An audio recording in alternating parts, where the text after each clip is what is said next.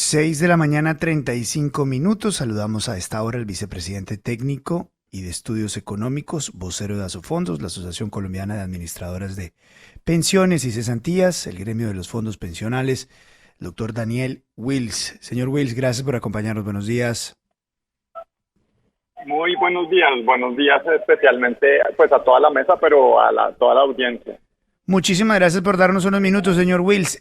Queremos preguntarle cómo recibe usted este avance fuerte que ha tenido la reforma pensional en las últimas horas y sobre todo este pedazo de que el dinero o parte del dinero sería manejado por el Banco de la República. Pues Luis Carlos, yo le diría varias cosas. Primero, Colombia sí necesita una reforma pensional y en ese sentido, pues hay que reconocer que el Senado y que el gobierno lo estén discutiendo. Sin embargo, lo que se ha aprobado hasta ahora tiene problemas graves, tienen problemas importantes, toda vez que es una reforma que es insostenible financieramente y le deja una deuda muy importante a nuestros hijos, a los que no se han pensionado. Sobre el hecho de que los recursos sean administrados por el Banco de la República, pues yo le diría que genera más seguridad comparado con lo que se preveía antes, que es que los manejara Colpensiones, que no tiene experiencia manejando recursos. El Banco de la República tiene más experiencia que Colpensiones. Sin embargo, el problema fundamental, que es la forma en la que funciona el régimen público, es una forma que va a succionar ese ahorro por más de que esté en buenas manos como son las del Banco de la República.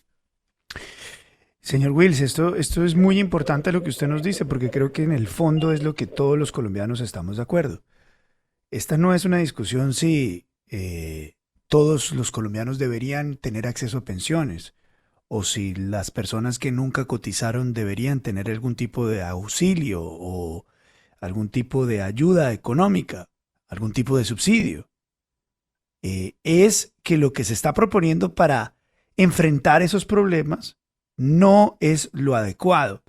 Quisiera que hiciera ahínco, por favor, doctor Wills, que nos explicara a todos por qué esta reforma es insostenible.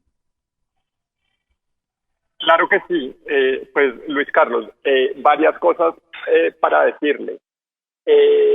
La reforma, pues en últimas, para el 88% de la gente, lo que hace es obligarla a pasarse 100% todos sus aportes a Colpensiones.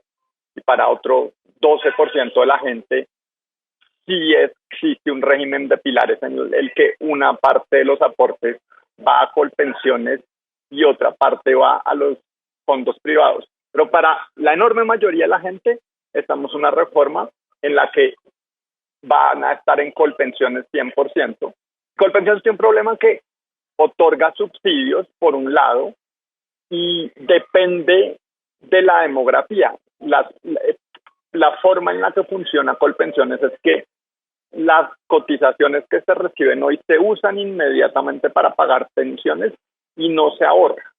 Y eso funcionaba en el pasado cuando había muchos jóvenes por cada pensionado, pero no va a funcionar en el futuro cuando haya pocos jóvenes por cada pensionado. Entonces tenemos esas dos fuerzas, una sociedad que se está envejeciendo rápidamente y no podemos contar en que vaya a haber jóvenes para que nos paguen nuestras pensiones. No podemos contar que cuando nosotros lleguemos a la edad de pensión va a haber 5 jóvenes por cada uno de los que estemos pensionados. Y segundo, pues se mantienen subsidios a las pensiones altas.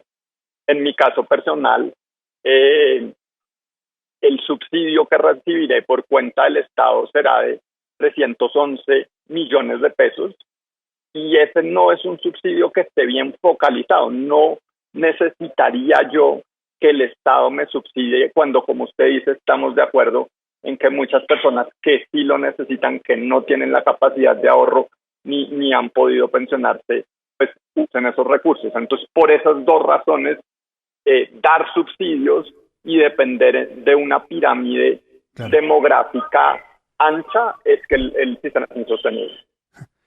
Vamos a hacer una reforma para quedar en peores condiciones de sostenibilidad. Supuestamente esto lo estamos haciendo para que funcione. Esto acelera la implosión del sistema pensional en Colombia. Tienen que entenderlo los legisladores. Por favor, esta no es una discusión de si se necesita una reforma pensional. Esta no es una discusión si los más pobres, los menos favorecidos necesitan un subsidio para vivir. Esta no es la discusión. Sobre todo los más jóvenes que se dejan llevar por la retórica. Aquí están escuchando a un experto en pensiones que se los está diciendo en la cara de la mejor manera posible. Esta no es la manera de resolver el tema. Profesor Fernando Quijano tiene pregunta, por favor. Cuando uno revisa uno de los mayores avances y que todo el mundo empezó a aplaudir era que el fondo del ahorro lo manejara el Banco de la República. Revisando, señor Wills, uno se da cuenta que solamente el emisor noruego es el que tiene una figura parecida, pero ¿no habría algún tipo de incompatibilidad? Un banco que pone las tasas y que a su vez administre las pensiones de los colombianos. Primera incompatibilidad. Lo segundo es que hay un carácter de independencia del Banco de la República hoy, pero a partir de enero el Banco de la República estará controlado en sus mayorías por personas que nombra el gobierno. ¿Eso no genera suspicacias si salimos de Guatemala a Guatepeor? Pues lo que yo le diría, doctor Quijano, es que lo fundamental es que el ahorro pensional esté en manos independientes y ajenas al ciclo político. Entonces, el gobierno tiene una visión estatizante. El gobierno quiere que sea el Estado quien administre los recursos pensionales. Dentro del Estado, creo que el Banco de la República es quizás el menos, es el menos cercano al ciclo político, el que más independencia puede tener frente a presiones políticas. Dicho lo anterior, todo lo que usted señala es absolutamente cierto. El Banco Noruego maneja un fondo de pensiones, pero en general en otros países no son los bancos centrales los que manejan fondos de pensiones. Y claro, hay un conflicto de intereses entre la política monetaria y el crecimiento del ahorro pensional. Si definitivamente esto queda en cabeza del Banco de la República, tiene que haber un muro de hierro entre las personas que están trabajando en combatir la inflación y las personas que están trabajando en maximizar el ahorro pensional, porque unas y otras van a tener incentivos que se contraponen, que entran en conflicto. Doctor Wills, lo saluda William Calderón. Ahora, usted dice que la reforma habrá que hacerla, pero esta reforma puntualmente no es la que necesita el país. Temas como la edad de pensión deberían ser tocadas en la reforma. ¿Esa sí sería la reforma que requeriría actualmente el país? Pues esta reforma no toca la edad de pensión, pero de cierta manera sí toca la edad de retiro para las personas que no se pensionan. Yo señalaría eso, las personas que no se pensionan, que en Colombia son 3 de cada 4, hoy en día reciben sus beneficios, que no son pensiones, pero son beneficios de sus ingresos, sus devoluciones, sus indemnizaciones, a los 57 años las mujeres y a los 62 los hombres. Con la reforma suben a 60 las mujeres y 65 los hombres. Y la otra cosa que hace la reforma para las pensiones del salario mínimo, que hoy en los fondos privados requieren 1.150 semanas, es subir ese requisito para una pensión completa de salario mínimo 1.300. Entonces son 150 semanas más que pueden convertirse para mucha gente en 3 años más. De cierta manera, la reforma sí tiene elementos que aumentan la edad de pensión. Hay otros parámetros importantes que no se tocan, y creo que incluso me parece que en estos micrófonos la ministra de Trabajo ha reconocido que en unos 15 años habrá que hacer unos ajustes por la poca sostenibilidad que tiene esta reforma, pues toda vez que no está basada en el ahorro, no se están ahorrando los recursos para el futuro, sino que es más cortoplacista. Doctor Wills, buenos días. Lo saluda Juan Lozano. Le voy a hacer esta pregunta con todo respeto porque además hemos oído las posiciones que ustedes desde el comienzo asumieron para advertir que esta reforma es insostenible. Y le digo que con todo respeto porque en las últimas horas se han escuchado críticas muy fuertes a la entidad que usted representa y a la baja de tono que han tomado en el debate parlamentario, que se han ido apartando un poco, y algunas personas dicen que ustedes se entregaron, y se lo hago con todo respeto para que nos precise ese punto, porque les dieron un contentillo. Y que les dieron un contentillo que es la posibilidad de cobrar 0.7% de comisión sobre el total de activos que administren. Entonces, lo que dicen los críticos, y yo quiero saber si eso es verdad, y quiero saber si a los afiliados de los fondos están proponiendo que además de lo que ya pagaron, les cobren otro 0.7% de administración. Lo que dicen es, a los fondos los golpean sin duda muy duro, pero les dieron este bálsamo, y por eso el doctor Montenegro no ha vuelto a hablar en público, por eso han estado más o menos lejos en el debate parlamentario. ¿Es cierto que viene una nueva comisión de administración de estos saldos? ¿Es cierto ese debate? Pues Juan, no. Yo le digo acá y le reitero en estos micrófonos lo que hemos dicho y lo que seguiremos diciendo, y es que esta reforma está mal planteada y no es la que le conviene al país. La reforma pensional, hemos dicho desde hace mucho tiempo, se necesita.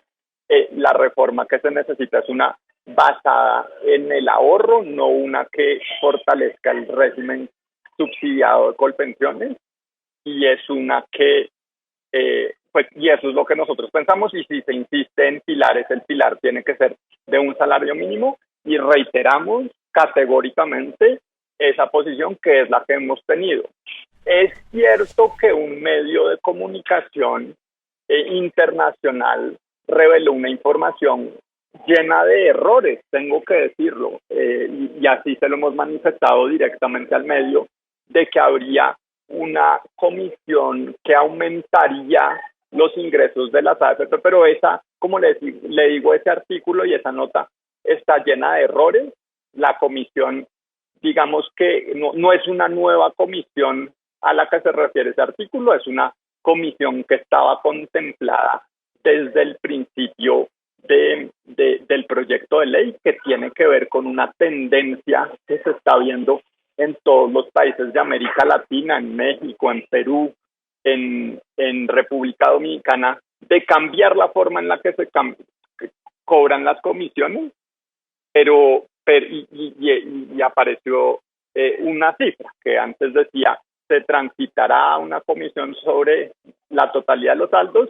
Ahora dice que esa totalidad de los saldos no podrá ser mayor a 0.7%, pero reitero, esta no es la reforma que necesita Colombia, y reitero, el artículo de la red de la Casa de Prensa Internacional está lleno de errores y no corresponde a la verdad.